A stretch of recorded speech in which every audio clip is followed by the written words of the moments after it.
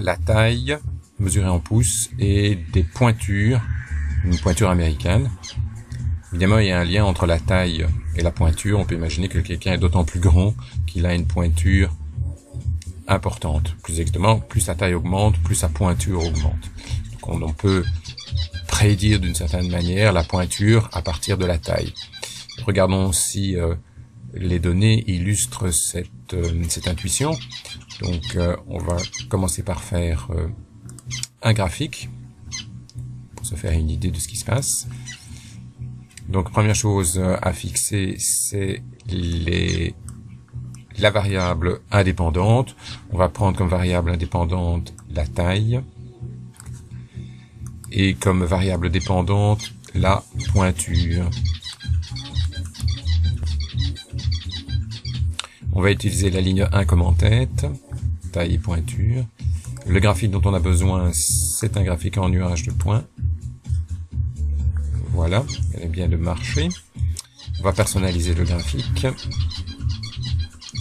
Le titre du graphique, c'est lien entre la taille et la pointure. Il faut évidemment mettre un titre qui décrit ce qu'il y a, pas simplement en graphique.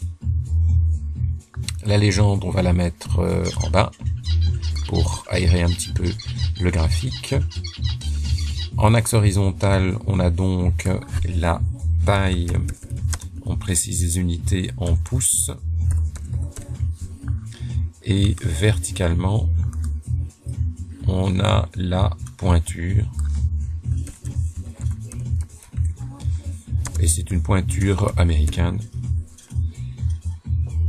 Alors on va rajouter dans le graphique quelque chose qui va montrer la tendance. On voit bien sur le graphique au fur et à mesure que la taille augmente, la pointure augmente. Donc il y a un lien entre les deux et on va faire apparaître un lien linéaire entre les deux.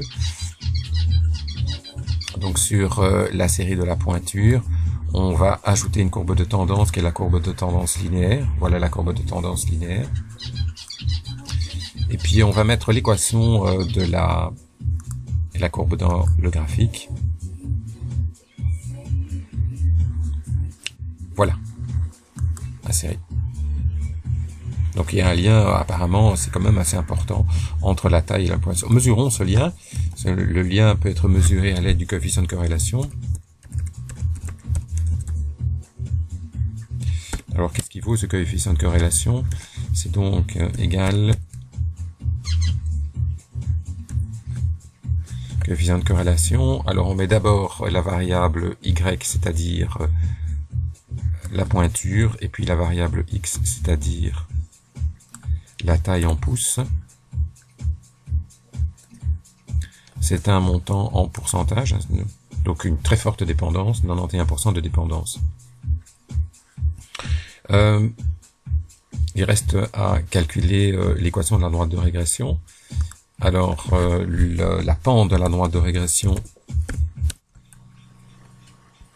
qui est fournie par le système et qu'on peut calculer explicitement, c'est donc slope, d'abord la variable y et puis la variable x. Et il reste donc 0,50, oui, et il reste l'ordonnée à l'origine.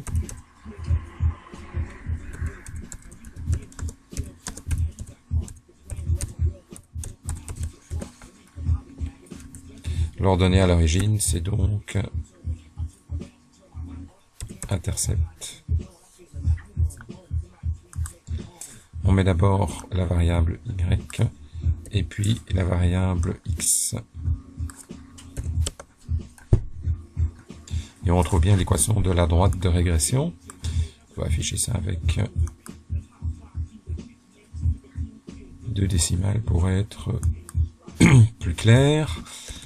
2 décimales.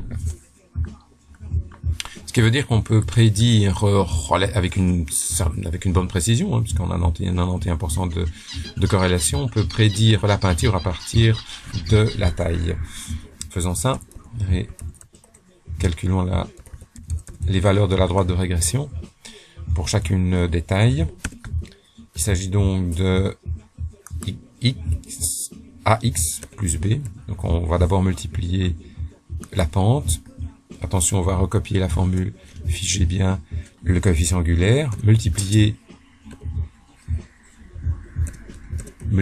par, j'ai dit multiplié par x, plus l'ordonnée à l'origine, bien fixer le coefficient.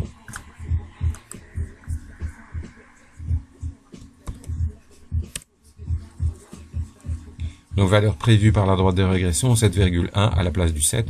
On va afficher ce nombre avec un nombre de décimales raisonnable. On va mettre une décimale pour montrer qu'il est calculé. Et celui-là, on le recopie. Et on le centre.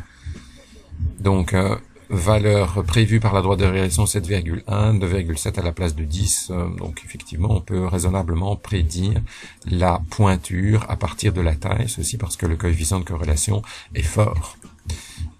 Pour être sûr qu'on ne s'est pas trompé, on va rajouter ces points dans le graphique et ils doivent normalement s'aligner avec la droite de régression calculée par le logiciel. Modification avancée. Et on va rajouter des données,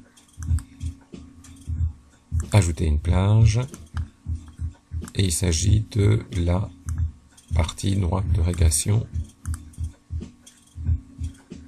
jour. Et effectivement, les points s'alignent sur la droite de régression. Une mise à jour.